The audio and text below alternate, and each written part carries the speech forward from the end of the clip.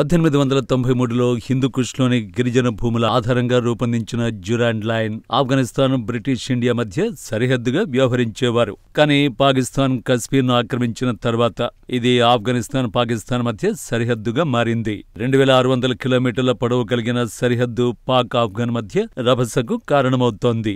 British పాలకులు Russian విస్తరణ కాంక్షతో త్వరగా నిర్ణయం తీసుకున్నారు. Sir henry Mortimer Durand Pashtun ప్రాంతాలను రెండుగా విభజించాడు. 1919లో ఆంగ్లో ఆఫ్ఘన్ ఒప్పందం ద్వారా కొద్దిగా సవరించినప్పటికీ తాజాగా ఆఫ్ఘనిస్తాన్ తాలిబాన్ ప్రభుత్వం దీన్ని అధికారికంగా అంగీకరించనంటోంది.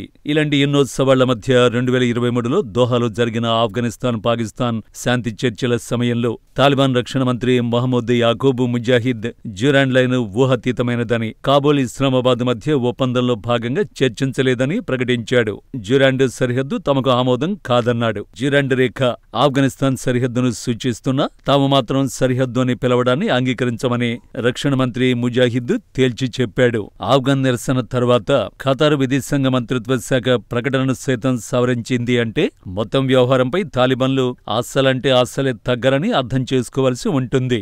19వ శతాబ్దపు గ్రేట్ గేమ్ లో భాగంగా బ్రిటిష్, భారతదేశం, ఆఫ్ఘనిస్తాన్ మధ్య డ్యూరాండ్ లైన్ సృష్టించింది. ఈ రేఖ బలూచిస్తాన్ వాఖాన్ కారిడార్ సరిహద్దు భూభాగాలను విభజించడంతో ఉద్రిక్తతలకు కారణమవుతూ ఉంది. ఇటీవల ఘర్షణలకు ప్రధాన కారణం డ్యూరాండ్ లైన్ కాదని 2021లో తాలిబాన్లు అధికారంలోకి రావడంతో పాకిస్తాన్ భద్రతా సవాళ్లను ఎదుర్కొంది అన్నది జగమెరిగిన సత్యం. తెహ్రీకే తాలిబాన్ పాకిస్తాన్ వంటి ఉగ్రవాద గ్రూపులు ఆఫ్ఘనిస్తాన్లో ఆశ్రయం పొందుతూ పాకిస్తాన్లో దాడులు చేస్తున్నారని ఆ దేశం ఆరోపిస్తోంది.